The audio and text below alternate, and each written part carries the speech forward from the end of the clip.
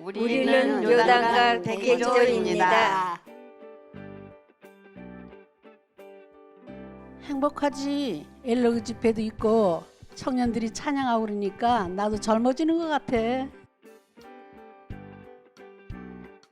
청년들 보면 너무 많이 변했어.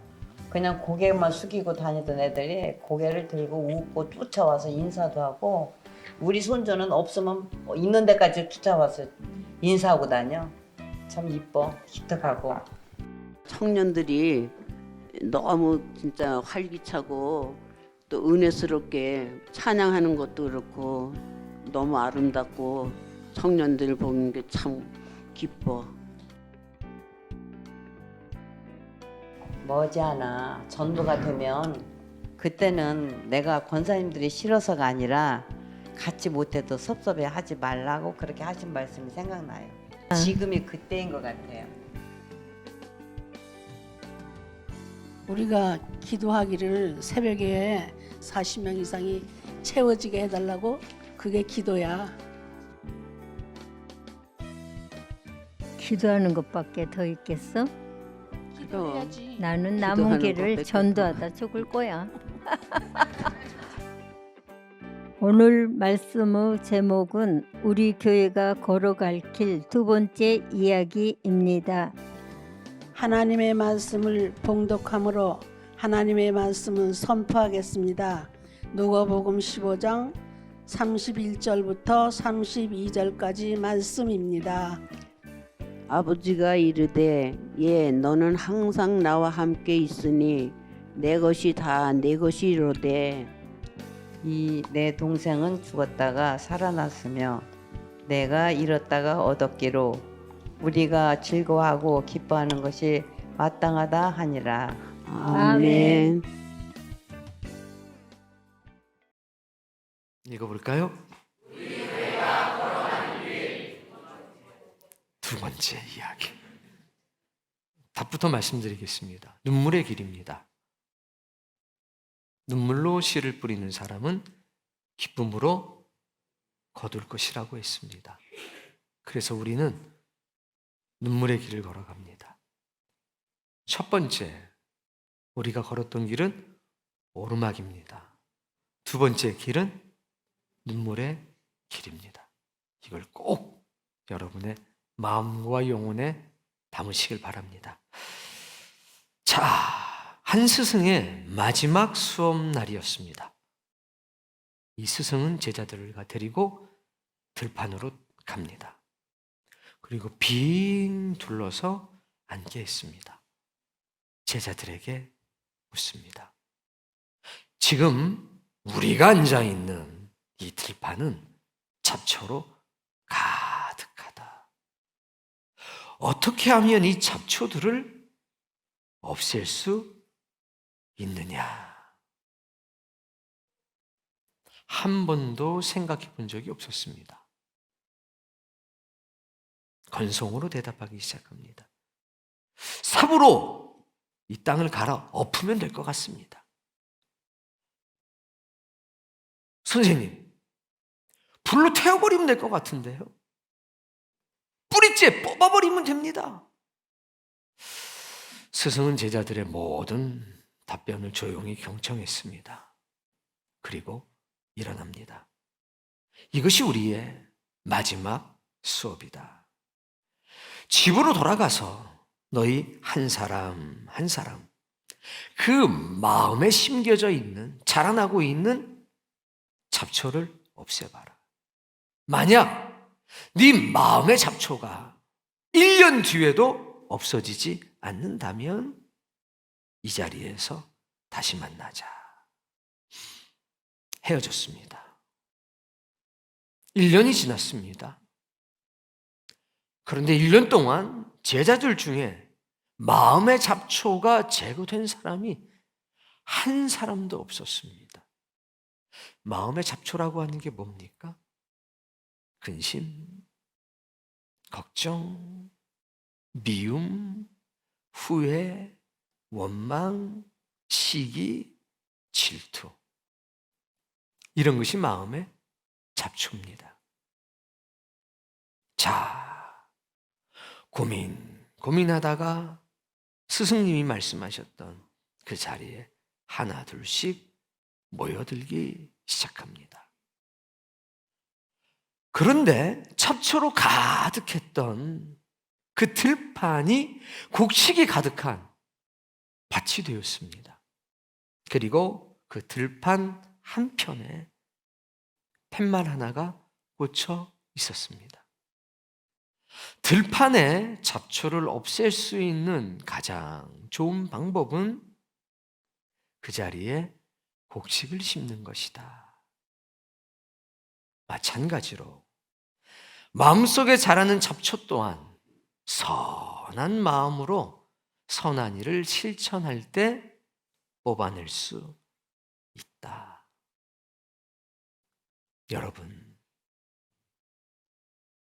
여러분의 마음에 잡초가 자라고 있지는 않습니까?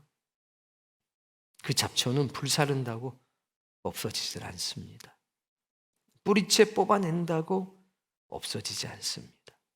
마음을 갈아엎는다고 없어지지 않습니다.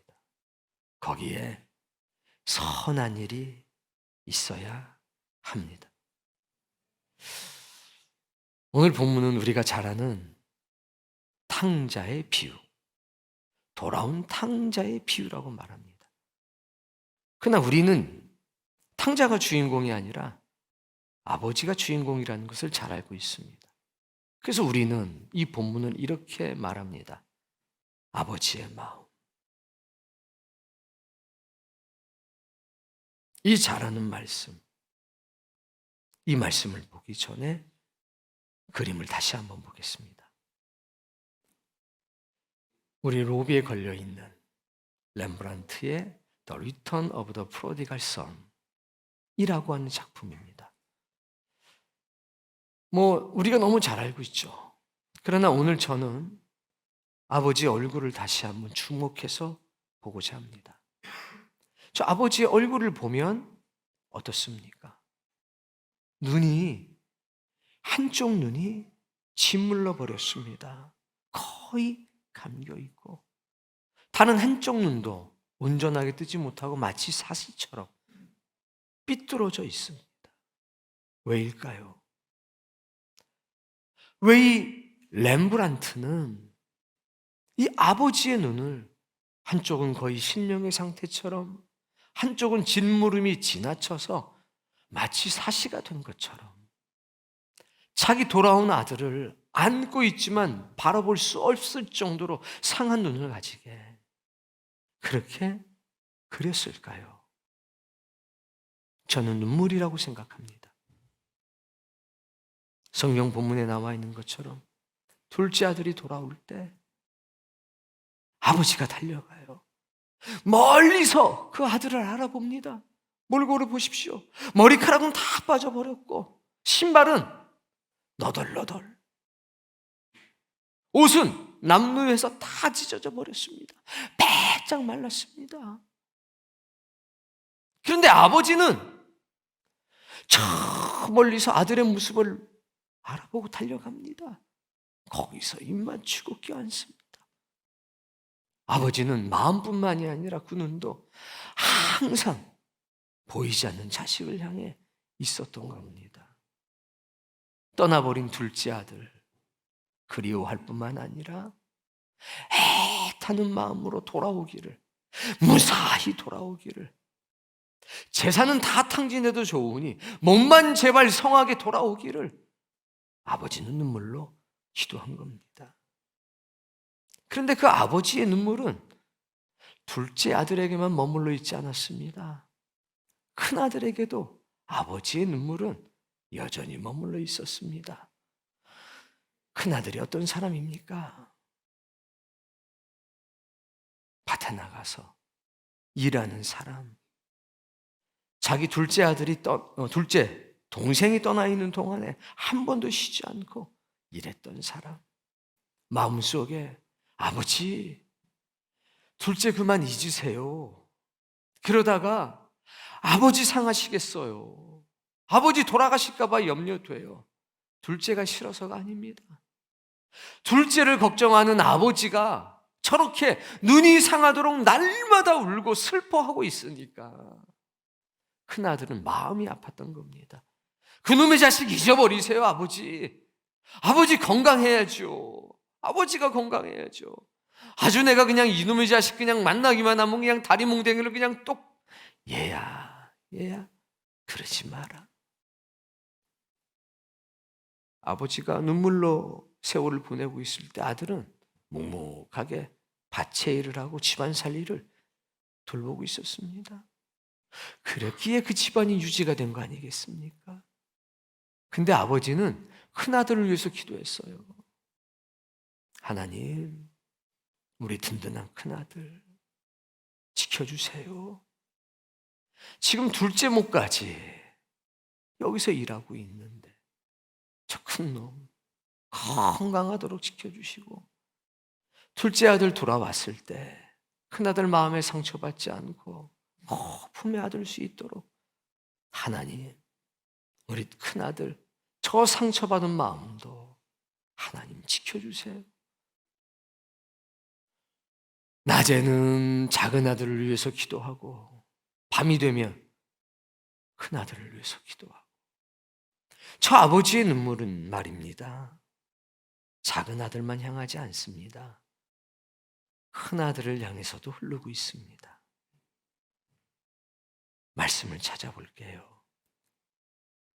예레미야서 9장 1절 말씀. 자, 이거는 예레미야의 기도입니다. 그런데 이것은 예레미야의 마음일 뿐만 아니라 아버지 하나님의 마음이기도 한 거고, 오늘 본문에 등장하는 아버지의 마음이기도 한 겁니다. 어찌하면 내 머리는 물이 되고, 읽읍시다. 내 눈은 눈물 근원이 될고 내 눈은 눈물 근원이 되고. 그러니까 내 머리에 물이 가득한 저수지가 있으면 내 눈은 그 내 머리에 가득한 저수지에 가득 찬 눈물을 내 눈을 통해서 계속 흘려보내겠다는 거죠. 읽어봅시다. 죽임을 당한 딸 내 백성을 위하여 주야로 울리로다. 죽임을 당한 딸 내 백성을 위해서 내가 계속 울 거다. 무슨 얘기입니까? 내 딸이 죽었어. 물리적으로 죽은 게 아니라 영적으로 죽은 딸이었습니다. 하나님으로부터 멀어짐으로 당해서, 아버지로부터 떠나감을 당해서 둘째 아들이 영적인 죽음을 당한 것처럼 예레미야는 하나님을 떠나버린 하나님의 백성을 위해서 밤도 없이 낮도 없이 울겠다고 얘기하는 겁니다. 시편서 119편 136절 말씀입니다. 읽습니다. 그들이 주의 법을 지키지 아니하므로 내 눈물이 시냇물같이 흐르나이다. 이게 아버지의 눈물인 겁니다. 이게 내 아들이 하나님의 법을 지키지 않고 있습니다. 내 눈물이 시냇물같이 흐릅니다. 이건 질책의 눈물이 아니고 원망의 눈물이 아닙니다. 내 눈물이 시냇물처럼 흘러서 내 아들에게 닿는다면, 하나님의 법을 떠나 사는 저 사람들의 발에 닿는다면, 내가 내 눈물로 이들을 지켜낼 수만 있다면 그들도 돌아오지 않을까? 여러분, 예수 그리스도의 눈물이 오늘 우리에게 다 있습니다. 우리의 눈물이 나를 적실 뿐만 아니라 내 아들, 내 딸을 적셔야 하고,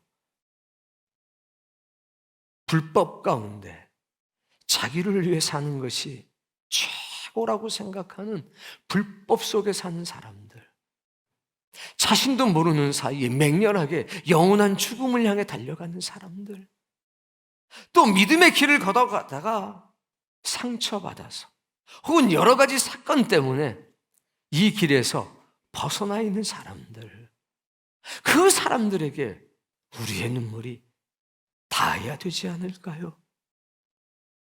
한 구절만 더 보겠습니다. 빌립보서 3장 18절의 말씀입니다. 내가 여러 번 너희에게 말하였거든. 내가 여러 번 말했다. 이제도 눈물을 흘리며 말하노니 눈물을 흘립니다. 여러분, 이 교회는 이 눈물이 있는 교회입니다. 아버지 하나님의 눈물뿐만 아니라 주의 종들의 눈물, 그리고 아버지의 눈물을 가진 하나님의 사람들, 변화된 장자로서 이제 아버지의 눈물이 장자의 영혼에 닿아서 둘째 동생을 위해서 애절하게 눈물을 흘릴 수 있는 장자의 마음을 가진 사람들이 흘리는 눈물. 말하노니 읽어봅시다. 여러 사람들이 그리스도의 십자가의 원수로 행하느니라. 그리스도의 십자가로 원수로 행하는 모습을 보고 바울은 눈물을 흘리는 겁니다. 우리의 눈에 예수 그리스도의 십자가의 도, 그 십자가의 도와 반대가 되는 길을 살아가는 사람이 보이지 않습니까? 비난하는 거 쉽습니다. 비판하는 거 쉽습니다. 그러나 십자가의 원수로 행하는 사람들을 보며 우는 사람은 적습니다. 우리 교회가 걸어가야 할 길, 혹은 걸어가는 길, 눈물의 길입니다. 이것이 참된 교회의 모습이 아니겠는가? 오늘 본문을 읽어봅시다. 아버지가 이르되 예 너는 항상 나와 함께 있으니 내 것이 다 내 것이로되. 너무 전 이 말씀이 좋습니다. 예. 주님께서 여러분들에게 김장로 이러는 것보다는 예. 박권사 이러는 것보다는 예. 저한테 윤목사 이러는 것보다 예. 전 이게 제 영혼이 녹는 것 같습니다. 예. 너는 항상 나와 함께 있지 않아. 전 이 복을 누리고 싶습니다. 예. 너는 항상 나와 함께 있지 않아.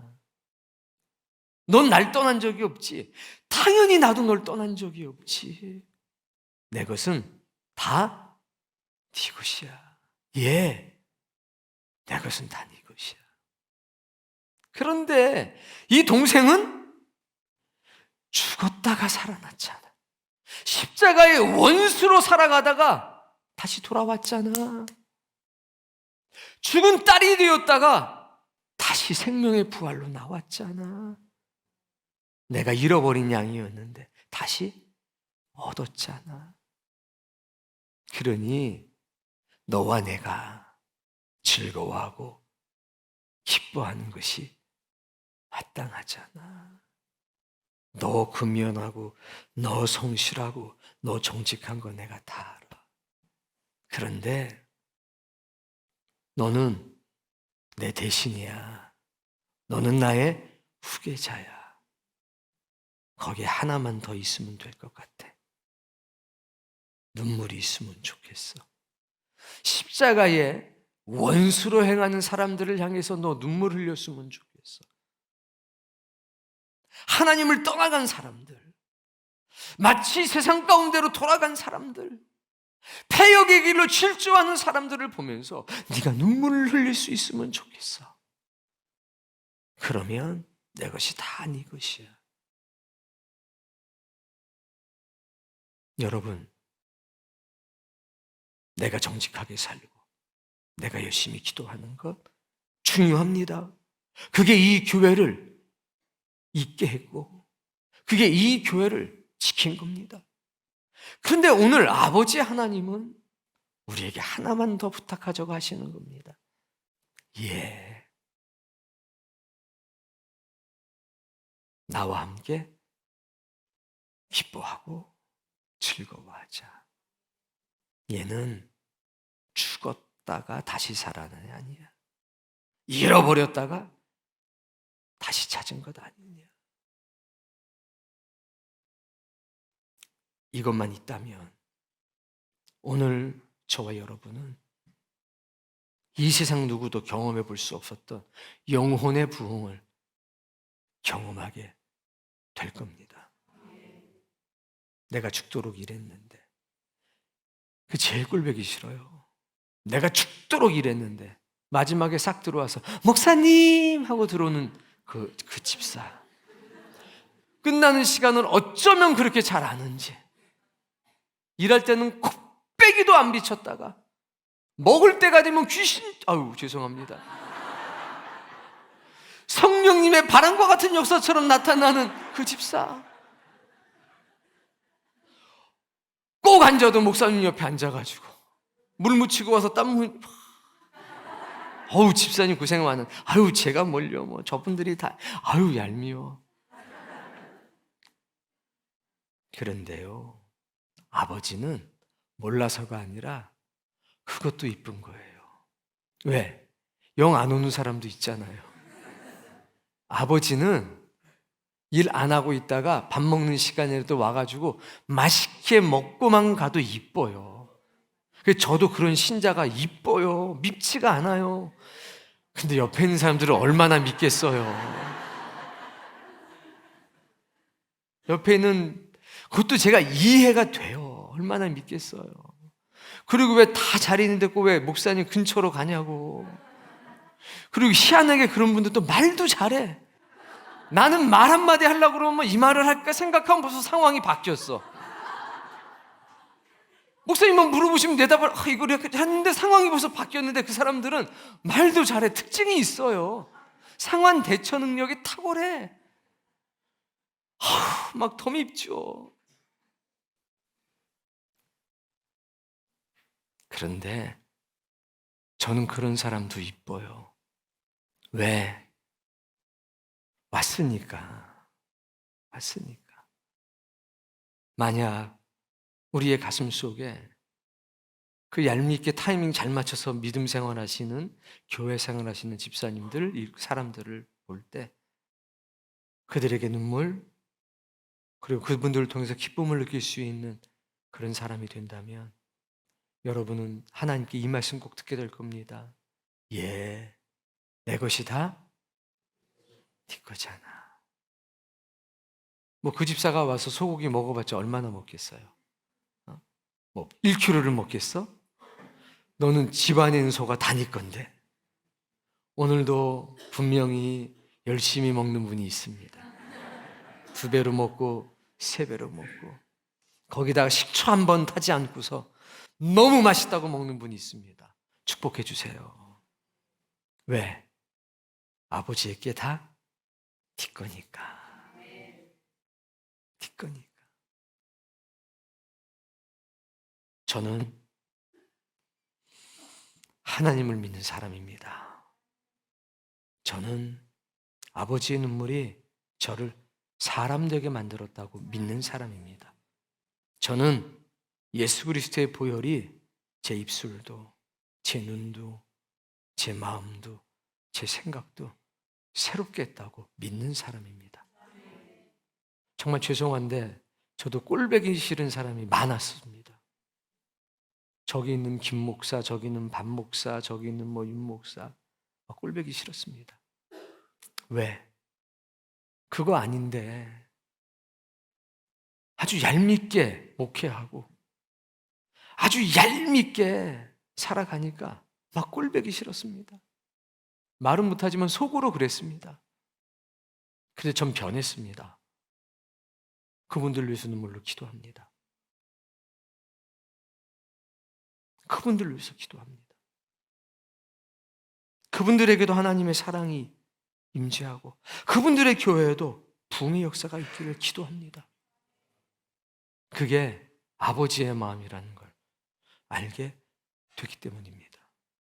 그리고 주님이 그러셨습니다. 말씀을 통해서 예, 윤 목사야 내 것이 다 네 거야. 그 뒤로는 아까운 게 조금은 있는데 그래도 거의 없어졌습니다. 조금은 있습니다. 저도 사람이기 때문에 가끔 이 조그만 게 좀 커졌다가 좀 작아졌다가는 합니다. 있긴 있습니다. 그런데 잠깐입니다. 그리고 제가 더 부유해진 것을 경험합니다. 오늘 이 아버지의 눈물이 저에게 있는 것처럼 여러분에게도 있기를 바랍니다.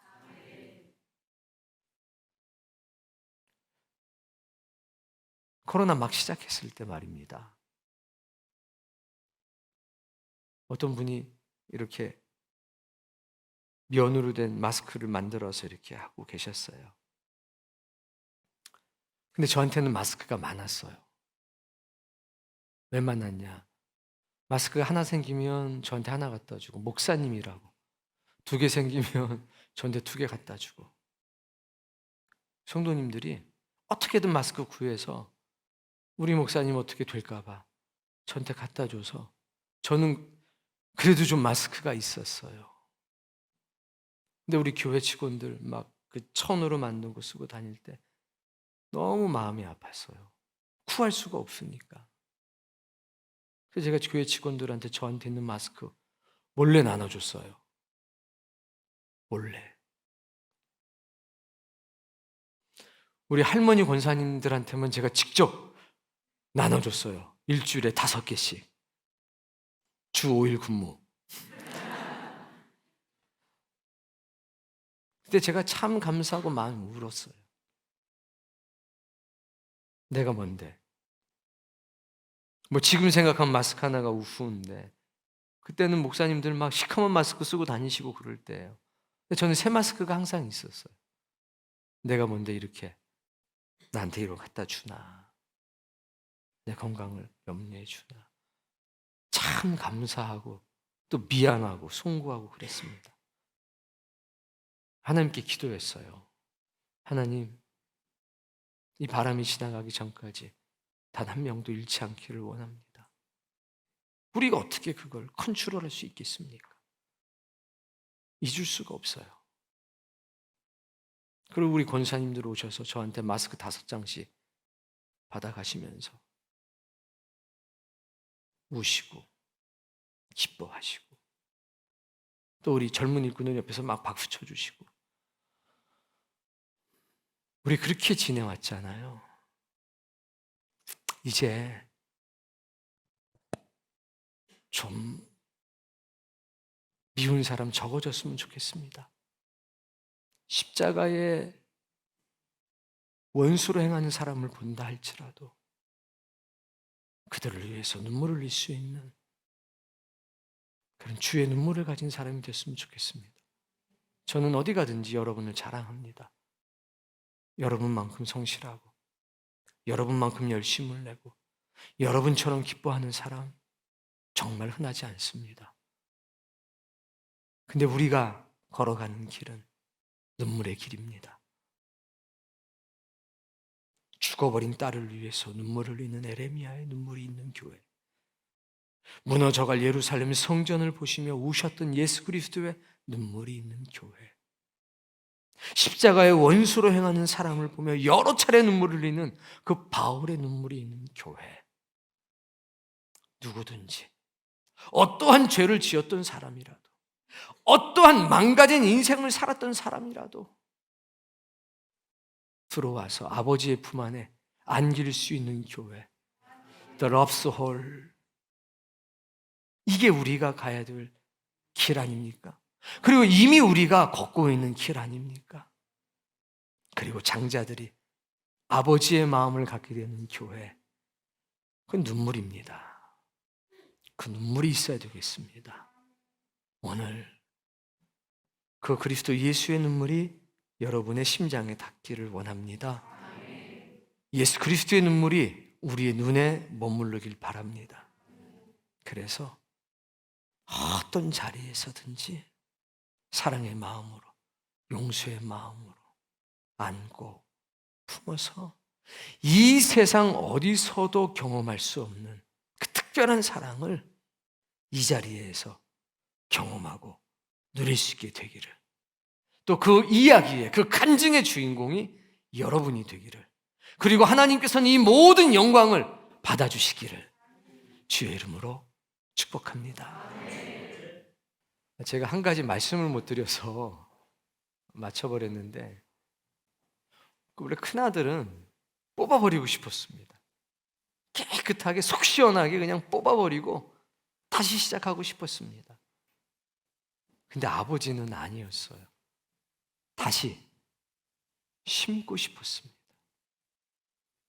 뽑는 건 간단하고 내 속은 시원한데 아버지의 마음은 시원하지가 않습니다.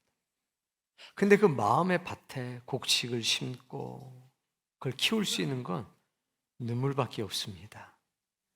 그러니까 오늘 속 시원한 길보다는 눈물을 흘리고 살아가는 그 길을 걸어가기 바랍니다.